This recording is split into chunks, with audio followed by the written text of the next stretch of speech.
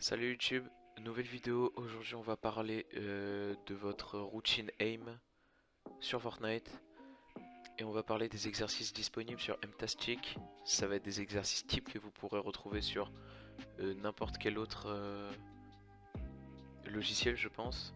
Là on va juste fonctionner avec la version gratuite pour vous prouver que même avec peu d'exercices ça peut fonctionner. Donc on va commencer avec le Bigger Than Smaller qu'on voit ici et le pop-up target flick. Alors ça, en fait, ça va plus vous servir, le Bigger Than Smaller, sur vos, on va dire, pics en fin de zone. Ça vous servira ça, tout simplement parce qu'il y a plein d'éléments qui vont apparaître, comme on peut le voir, sur votre écran. Et ça va vous entraîner à voir le plus important, on va dire le plus flagrant. Et ça, si vous arrivez à le recalquer derrière in-game, ça peut vraiment être intéressant pour vos fins de zone et ça va vous rendre beaucoup plus efficace. Pour le pop-up target flick, ça va être essentiellement sur le pompe et le but c'est vraiment de jouer sur la réactivité et pas de prendre son temps. Il faut jouer cet exercice avec le plus de rapidité possible, c'est à dire que dès que tu le vois, t'essayes de flick avec ta souris un grand coup, je sais pas si on voit la caméra, un grand coup comme ça, t'essayes de flick avec ta souris pour essayer d'arriver comme ça et tu t'entraînes comme ça va extrêmement améliorer ton aim aux pompes. Ça va vraiment être fatidique. Le simple circle, c'est la même chose que le pop-up target flick, mais ça va t'enchaîner, ça va plus t'entraîner sur les à-coups. Donc ta souris elle va faire des mouvements comme ça, attends, qu'on voit bien à la caméra. Hop, tu vois, tu vas avoir des mouvements continuels comme ça, et ça va te permettre, bah, comme le pop-up target flick, d'entraîner ton aim aux pompes. Et ça va, on va dire, plus pour les débutants. Ça va être, je pense, plus simple le simple circle que le pop-up target flick. Pour le reflex, c'est pareil. Je crois que les deux c'est pareil, mais lui est encore plus dur. Donc si je ferai un classement des trois, après il y a le left right click aussi. Mais si je fais un classement des trois ici, je pense que simple circle, si vous avez vraiment du mal, et des petites balles aussi. Je pense que si vous mettez des petites balles, il y a ça, il y a le pop-up target flick et le ça qui peut vous aider. Ça va être de la réactivité un peu comme ça. Il faut vous forcer à le faire rapidement. Le réflexe, de toute façon, il va dépop automatiquement échanger, donc ça va être à vous de suivre très rapidement. Ça, le réflexe, ça va être l'exercice le plus dur. Ça va vraiment être l'exercice le plus dur. Donc, débutant le simple circle, pop-up target flick, niveau moyen, quand on commence à maîtriser un petit peu. Et ça, c'est quand on veut le perfectionner, on va utiliser le réflexe. Pour le left-right flick, c'est aussi pour la fin de zone. On peut y mélanger avec de la fin de zone. C'est quand tu dois avancer dans ton extend.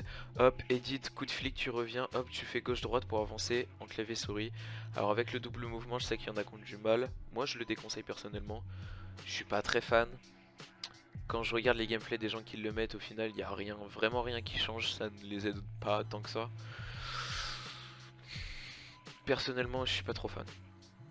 Le sphere target, ça va jouer sur l'écart, donc ça va être de la précision et de l'analyse. Donc ça va être plus sur des pics mid-game que ça va être intéressant. Et voilà, juste des pics mid-game, vous allez voir, ça va être de la précision, genre les fameux, vous prenez votre AR, 22-22, ça va vraiment vous entraîner, c'est de la précision. Le truc est là, hop, vous y allez, vous cliquez, ça doit être dedans instant, qu'il n'y a pas d'erreur qui tient. Le skill shooting corridor, c'est de la fin de zone et c'est aussi comme le sphere target. Mais ça va plus jouer sur de l'AR cette fois-ci. Ça va être plus intéressant aussi pour le mid-game et pour l'early. Ça va vous permettre de faire à la moitié du tracking, on va dire. Parce qu'il y a la cible mouvante, mais vous devez la toucher qu'une seule fois. Et ça va vous faire voir aussi les priorités, mais pas sur la fin de zone. Vous allez juste voir quelque chose apparaître. Vous allez le voir apparaître, mais vous aurez d'autres trucs à analyser en même temps. Et ça va fluidifier votre regard. Donc faites-le aussi souvent. Le flat fall tracking et le 360 tracking, ça va être le niveau simple du tracking et le niveau complexe du tracking. Les mouvements ici vont être plus rapprochés et plus, comment dire, mais plus rapide. Ça va être beaucoup plus rapide. Alors que là, ça va être un petit peu plus lent, mais plus saccadé. Parce qu'on voit qu'il n'y a qu'une seule surface, et on voit ici que la personne a beaucoup de coups comme ça qui vont partir. Alors que sur le tracking, bon, il y en a aussi, mais je crois qu'il y en a moins, si je me trompe pas. Et le assaut course 1, ça va être intéressant pour savoir jouer en se déplaçant. C'est-à-dire, maintenant qu'on a de l'aim, faut savoir l'utiliser en se déplaçant. Donc, tu te déplaces avec ZQSD toujours, et t'essayes en même temps de bouger et de faire tes trucs. Ça va te permettre, en faisant tes actions avec ton pompe, de pouvoir edit en bougeant, tout en tirant sans louper ta balle et en mettant une grosse. Ça va rentrer dans l'intéressant, mais c'est plus superficiel, on va dire. On va dire que ça, on peut le retrouver sur des maps aim Fortnite, et ça va vraiment être intéressant seulement sur les maps aim Fortnite. Donc, je récapitule pour cette fin de vidéo.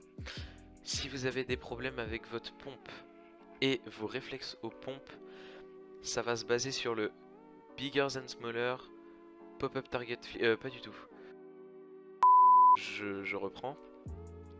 Si vous avez des problèmes aux pompes, vous allez utiliser le Pop-up Target Flick, Simple Circle Reflex et Left Right Flick. Pour le situationnel, c'est-à-dire early game, mid game et fin de zone, vous allez utiliser le Skit Shooting, le Sphere Target et le Bigger than Smaller. Et pour le pompe, vous allez utiliser le Flat Wall Tracking, 360 Tracking. Et la saut de course, ça veut dire c'est pour solidifier votre jeu aux pompes. Mais c'est superficiel comme je l'ai dit précédemment. Merci à vous d'avoir suivi. Ok, alors on va se retrouver sur le jeu ici pour parler des deux maps essentielles pour entraîner son aim sur Fortnite. Tout d'abord, on va parler brièvement du 1v1 aim duel map.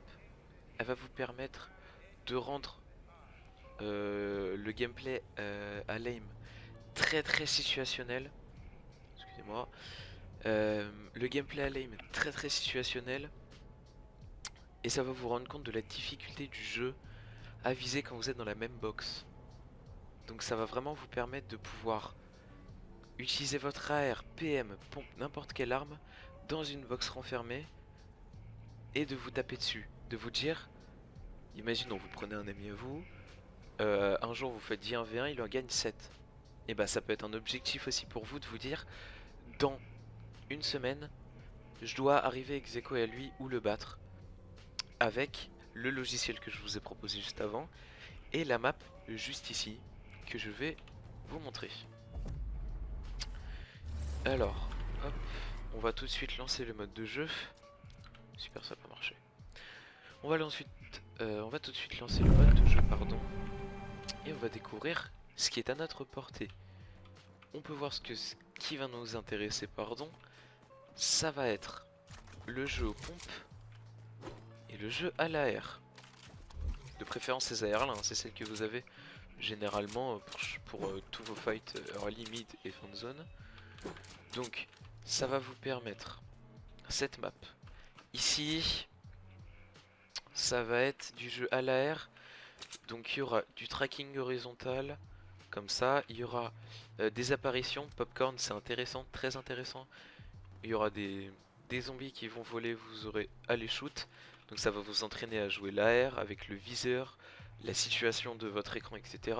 Ça va être totalement différent du logiciel qui lui travaille votre aim brut.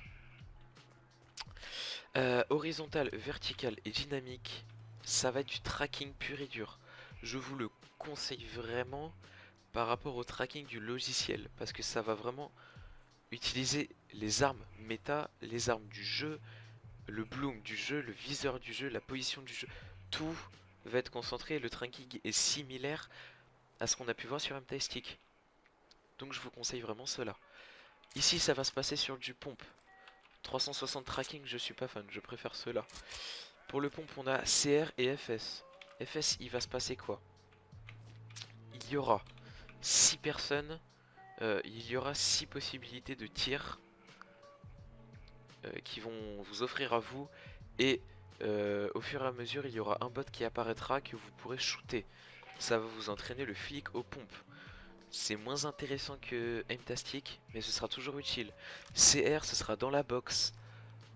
les zombies vont apparaître et vous allez devoir leur mettre une tête. Très important de viser la tête. Au début on peut prendre son temps si l'on souhaite, mais le but c'est d'être rapide et efficace.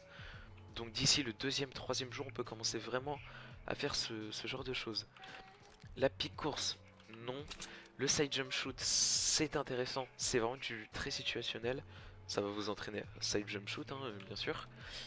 La Mont classique, c'est plus pour vous échauffer à l'édit. Le tir, il n'y est pas trop dedans. Et le free bull, voilà. On a fait le tour de la map. J'espère que ça vous a plu. Bye.